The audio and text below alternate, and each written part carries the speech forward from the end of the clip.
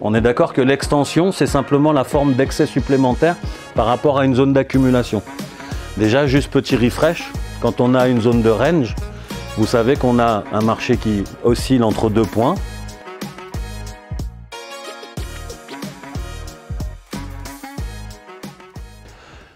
Donc ça va être ce schéma-là.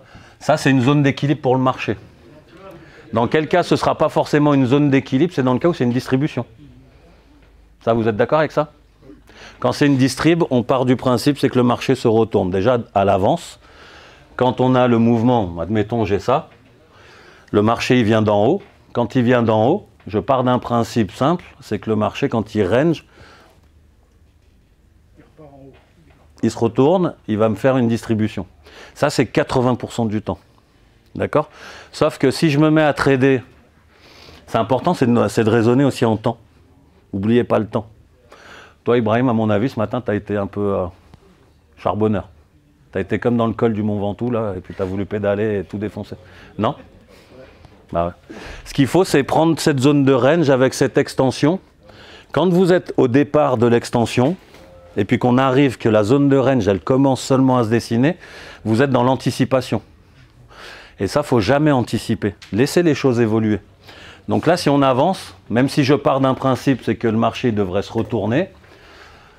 Si vous regardez un graphique en 1 minute, attendez au moins, ouais, je sais pas, au moins 7 à 10 minutes, donc 7 à 10 bougies, pour voir le marché et qu'il se tienne bien entre 2 prix. Sortez votre petit côté féminin qui est en vous, et plus c'est joli, plus c'est que ça va marcher. Plus c'est entre 2 points, plus c'est entre faire. Par exemple, là, tu avais une zone, celle-là. Regardez le market profile, vous avez la nuit là, qui s'est passée aujourd'hui. Si vous regardez le market profile, on voit très bien que le marché il allait se retourner un petit peu en début de matinée. Ça vous semble logique ou pas? Très vite, tôt ce matin. La montée là, parce qu'on venait depuis en haut sur la zone de distribution qui s'est faite pendant la nuit. Ça, vous êtes d'accord avec ça? Ok, parfait. Dans l'autre cas, on doit toujours se préparer, par contre, au cas où c'est une accumulation. Donc pour se préparer, si c'est une accumulation, qu'est-ce qu'on fait? On prend l'extension qui s'est faite avant, donc c'est-à-dire celle-là. Là, on est un petit peu comme on a parlé tout à l'heure, là, avec le prix d'ouverture, et puis c'est bottom ensuite qui se font, et c'est top, sur lequel on va toujours essayer de chercher le point d'équilibre. Quand je cherche le point d'équilibre, je cherche la référence du marché sur lesquels les acheteurs et les vendeurs ils vont considérer que c'est le prix moyen de la journée. Ok? Là, c'est de la même manière. Quand je vois cette pattern se dessiner, pour moi, c'est magique. Parce que ce range-là, avec cette extension-là, en fait, ça me montre que simplement, peut-être, j'ai le prix d'équilibre de la journée. Ou en tout cas, d'une certaine période. Donc, je reporte ça ici.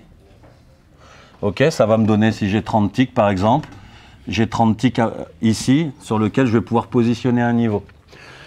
Ce 30 ticks, en fait, ce qui m'intéresse aussi, cette valeur-là et cette valeur-là. Déjà, regardez toujours la taille de la box, combien elle fait. Ça va vous donner à peu près l'amplitude de l'extension, combien elle doit faire. Si j'ai une box qui fait 3 ticks, j'ai une extension qui fait 40 ticks, il y a une incohérence.